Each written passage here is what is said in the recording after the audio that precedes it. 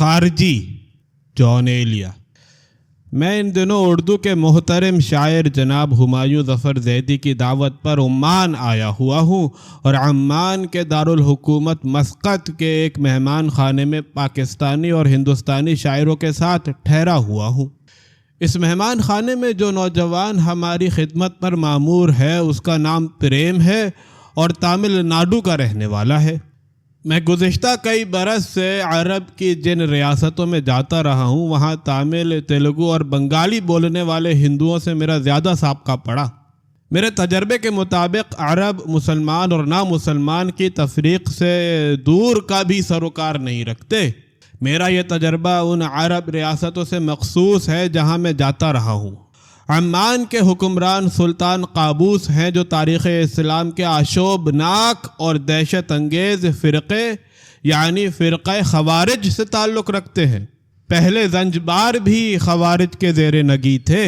بہرحال میں جس دن سے یہاں آیا ہوں اس دن سے میرے ذہن میں 37 ہجری بسا ہوا ہے۔ 37 ہجری سے پہلے مسلمانوں میں صرف 2 فرقے پائے جاتے تھے یعنی سنی اور شیعہ، مگر جنگ صفین کے نتیجے میں ایک تیسرا بے حد جسور اور سرشور فرقہ وجود میں آیا جو خارجی کہلایا۔ میں نے جنگ صفین کا ذکر کیا ہے۔ صفین شہر رقہ کے قریب دریائے فرات کے ساحل پر واقع ہے۔ میں سوچتا ہوں کہ دریائے فرات بھی عجیب واقعہ انگیز دریا ہے۔ اس کے ساحل نے جتنے مرثیے اور رجز کہلوائے اور پڑھوائے اتنے مرثیے اور رجز دنیا کے کسی بھی دریا کے ساحل نے نہیں کہلوائے اور نہیں پڑھوائے۔ جنگ صفین میں حضرت علی ابن ابی طالب کے لشکر کی تعداد 90,000 تھی اور حضرت معاویہ ابن ابی سفیان کے لشکر کی تعداد 1,20,000۔ لیکن اہل تحقیق نے دونوں لشکروں کے بارے میں جو بات کہی ہے وہ اس کے برعکس ہے۔ یہ جنگ، یہ بدبخت ترین جنگ 110 دن تک جاری رہی۔ اس جنگ نے دونوں طرف کے 70,000 مسلمانوں یعنی انسانوں کی جانوں کی بھیٹ لی۔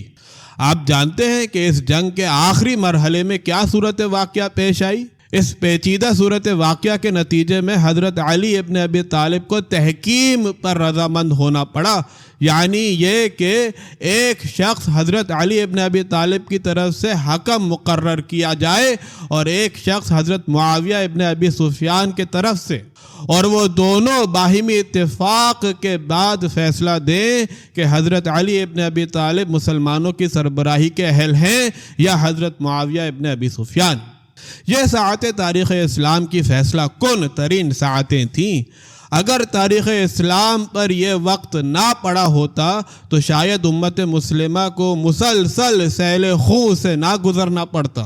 وہ مسلمانوں کی زندگی کا روز خون طلب تھا جو آنے والی خونی صدیوں کا سرچشمہ بنا۔ اس امر یعنی تحکیم پر حضرت علی ابن ابی طالب کے لشکریوں کا ایک سخت گیر اور سرشور گروہ بھڑک اٹھا اور اس نے چیخ چیخ کے نعرہ لگایا کہ لا حکم الا اللہ، یعنی فیصلہ دینے کا حق خدا کے سوا کسی کو حاصل نہیں ہے، اور حضرت علی ابن ابی طالب کے خلاف بغاوت کر دی اور خارجی کہلایا۔ خوارج نے حضرت علی ابن ابی طالب سے پہلے کسی بھی خلیفہ راشد کے فیصلے سے اختلاف نہیں کیا۔ انہوں نے تحکیم کے فیصلے کے سوا اس دن تک حضرت علی ابن ابی طالب کے کسی فیصلے سے بھی کوئی اختلاف نہیں کیا تھا۔ سو ان کا یہ نعرہ کہ فیصلے کا حق خدا کے سوا کسی کو بھی حاصل نہیں محض جہل اور ہٹ دھرمی پر مبنی تھا۔ عربی کے مشہور ادیب اور نقاد استاد حسن الزیات نے خوارج کے مزاج اور سیرت کا جو مطالعہ پیش کیا ہے وہ استفادے کے قابل ہے۔ فرماتے ہیں خوارج کی اکثریت بدو، غیر مہذب، خانہ بدوش، اپنے فیصلوں میں ظلم پر عامل، مذہب کے باب میں متشدد، عبادت میں انتہا پسند، معاملات میں سخت گیر اور جدال اور قتال کے قائل تھی۔ انہوں نے خلفاء کے اعمال اور عام مسلمانوں کے عقیدے کا جائزہ لیا اور ان میں سے بعض کو مجرم اور بعض کو کافر قرار دیا۔ خوارج کو انسانوں کی تاریخ کا عجیب و غریب گروہ قرار دیا جانا چاہیے۔ ایسا مجموعہ ازداد گروہ آج تک پیدا نہیں ہوا، بیک وقت بے حد ظالم اور بے حد عادل، بے حد حق پسند اور بے حد باطل کوش۔ دین کے لیے جان دے دینے والے، لیکن اس کے ساتھ ہی وہ دوسرے مسلمانوں کی عورتوں، معصوم بچوں اور بوڑھوں پر ذرا بھی رحم نہیں کھاتے تھے اور ان کے ساتھ ہیبت ناک بے رحمی سے پیش آتے تھے اور اسے بالکل جائز سمجھتے تھے، اس لیے کہ انہوں نے اپنے خیال میں اپنی جان اور اپنے مال کو جنت کے عوض خدا کے ہاتھ بیچ دیا تھا۔ خوارج نے بنو امیہ کے عہد میں آہستہ آہستہ بہت زور پکڑ لیا اور حکومت کے لیے ایک مسئلہ بن گیا۔ اس دوران ان کے ایک گروہ نے عراق اور ایران میں اور دوسرے گروہ نے عرب میں تسلط حاصل کر لیا تھا۔ بنو امیہ کے عہد کے بعد وہ بنو عباس کی جان کا جنجال بن گئے۔ کم و بیش 2.5-3 صدی تک انہوں نے مسلمانوں کی سیاسی قوت کو سخت نقصان پہنچایا۔ وہ خاص طور پر بنو امیہ کے حکمرانوں کو غلیظ ترین دشنام ترازی کا ہدف بناتے تھے۔ اب میں جو بات ان کے مسلک کے بارے میں عرض کروں گا وہ خاص طور پر قابل توجہ ہے۔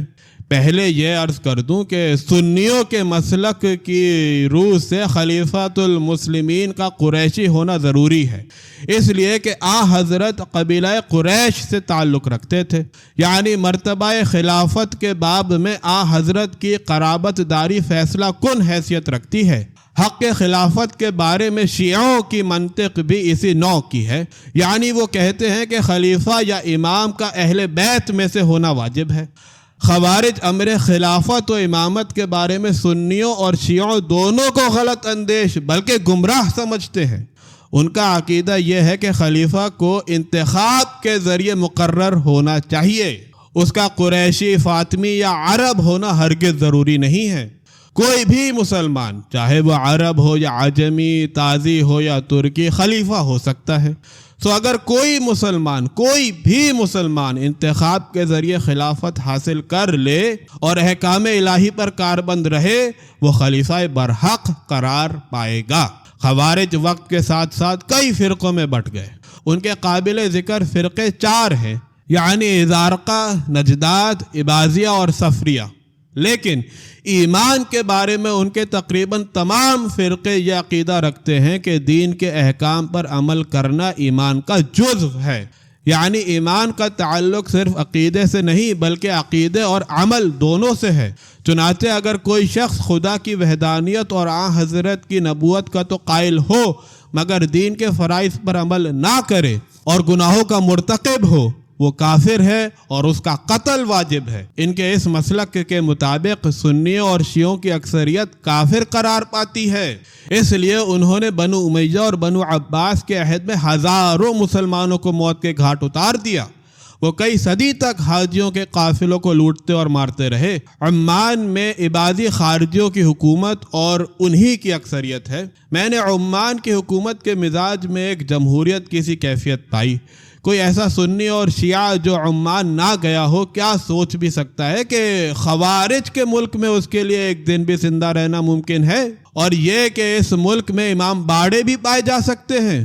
صورت واقعہ یہ ہے کہ وہاں کی مسجدوں کے دروازے مسلمانوں کے تمام فرقوں پر کھلے ہوئے ہیں، چاہے کوئی ہاتھ باندھ کے نماز پڑھے یا ہاتھ کھول کے۔ مجھے بتایا گیا کہ بہت پہلے ایک عام خارجی اس بات پر حیران ہوا کرتا تھا کہ نماز ہاتھ باندھ کے بھی پڑھی جا سکتی ہے۔ اس کی وجہ یہ ہے کہ وہ صدیوں تک دوسرے مسلمانوں سے کٹے ہوئے ہونے کی وجہ سے ان کے مختلف فقہی مسلکوں سے واقف نہیں تھے۔ عمان میں خوارج، غیر خوارج اور مسلم اور غیر مسلم کی کوئی تفریق نہیں پائی جاتی۔ وہاں ہر مسلک کے لوگ اپنے مسلک کی تبلیغ کرنے میں آزاد ہیں، اور یہ ایک ایسی بات تھی جس پر مجھے بہت حیرت ہوئی۔ میں جو وہاں کی کئی باتوں پر حیران ہوا اس کی وجہ یہ ہے کہ میں نے اب سے 40-41 برس پہلے اسلام کی عربی تاریخوں کا جو مطالعہ کیا تھا ان میں 4-5ویں صدی ہجری تک خارجوں کا تذکرہ پایا۔ اس کے بعد مورخین خوارج کے بارے میں آہستہ آہستہ خاموش ہوتے چلے گئے۔ چنانچہ میں اپنے مطالعے کی روشنی میں خوارج کو اجڑ، اڑیل اور خونی اور جنونی سمجھتا رہا۔ مجھے اس حقیقت کا ذرا بھی علم نہیں تھا کہ خوارج میں گزشتہ کئی صدیوں سے رفتہ رفتہ تبدیلی آتی چلی گئی اور وہ کچھ کے کچھ ہوتے چلے گئے۔ اب ایک اور بات سنو۔ بات یہ ہے کہ ایک دن میں اردو کے جواں سال شاعر عابد فاروق کے ساتھ مسقط کے ایک ہوٹل میں گیا۔ اس کا نام فندق قصر البستان ہے۔ میں نے اس ہوٹل کو اپنی دیکھی ہوئی مشرقی اور مغربی دنیا کا سب سے زیادہ شاندار ہوٹل پایا۔ میں اسے دیکھ کر ششدر رہ گیا، لیکن چند لمحوں کے بعد میں نے جو کچھ دیکھا اس نے مجھے فندق قصر البستان کے حسن تعمیر سے بھی زیادہ ششدر کیا۔ میں نے وہاں متعدد میزوں پر مشرق و مغرب کے لوگوں کو شراب پیتے ہوئے دیکھا۔ میں نے اپنی ششدری کی کیفیت پر قابو پانے کے بعد عابد فاروق سے پوچھا، یا اخی یہ کیا ماجرا ہے؟ اس نے کہا، جون بھائی کیا ماجرا، کیسا ماجرا؟ تو میں نے مختلف میزوں کی طرف اشارہ کرتے ہوئے کہا، یہ اور وہ۔ تو اس نے کہا کہ یہاں شراب پر کوئی پابندی نہیں ہے۔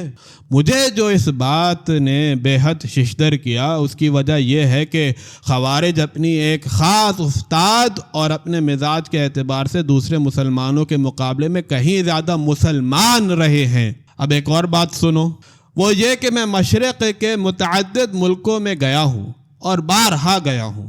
میں نے انہیں طرز تعمیر کے اعتبار سے عین مین مغربی پایا، مگر عمان میرے دیکھے ہوئے مشرقی ملکوں میں واحد ملک ہے جس کی عمارتیں اپنی ساخت اور شناخت میں یکسر مشرقی ہیں، اور ان کا نمایاں ترین امتیاز محراب ہے۔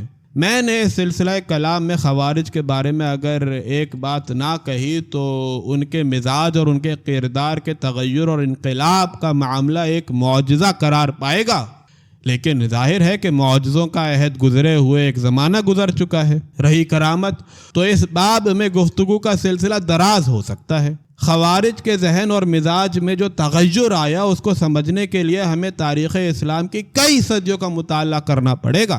یہاں میں اس تغیر اور انقلاب کا آخری سبب بیان کروں گا۔ وہ سبب کیا ہے؟ وہ ہے برطانیہ کا تسلط۔ عمان ایک زمانے سے برطانیہ کے زیر تسلط رہا ہے اور اس کے بعد امریکی تسلط کا اضافہ ہوا۔ بہرحال یہ ایک طول طلب موضوع ہے۔ میں نے جو گفتگو کی وہ یوں ہی نہیں کی، اس گفتگو کا ایک خاص مقصد ہے۔ میں جو کانٹے کی بات کہنا چاہتا ہوں وہ یہ ہے کہ پاکستان کا ہر فرقہ دوسرے فرقوں کو بڑی فراغت اور سہولت کے ساتھ بات بات پر کافر قرار دے دیتا ہے، لیکن خوارج جو مسلمانوں کی اکثریت کو صدیوں تک کافر قرار دیتے رہے ہیں، اب ایک زمانے سے وہ بھی اپنی اس حرکت سے باز آ چکے ہیں۔ یہ تو خوارج کا معاملہ ہوا، اب ذرا خود سنی اور شیعوں کے مسلم مسلک کو دیکھیے۔ ان کے عقیدے اور مسلک کی روح سے خوارج کبھی غیر مسلم نہیں قرار پائے، حالانکہ خوارج ان کی اکثریت کو کافر ٹھہراتے ہیں اور ان کی جان کو آتے رہے، یہاں تک کہ انہوں نے ان کے چوتھے خلیفہ اور شیعوں کے پہلے امام حضرت علی کو شہید کر دیا۔ کہیے کیا حکم ہے، دیوانہ بنوں یا نہ بنوں؟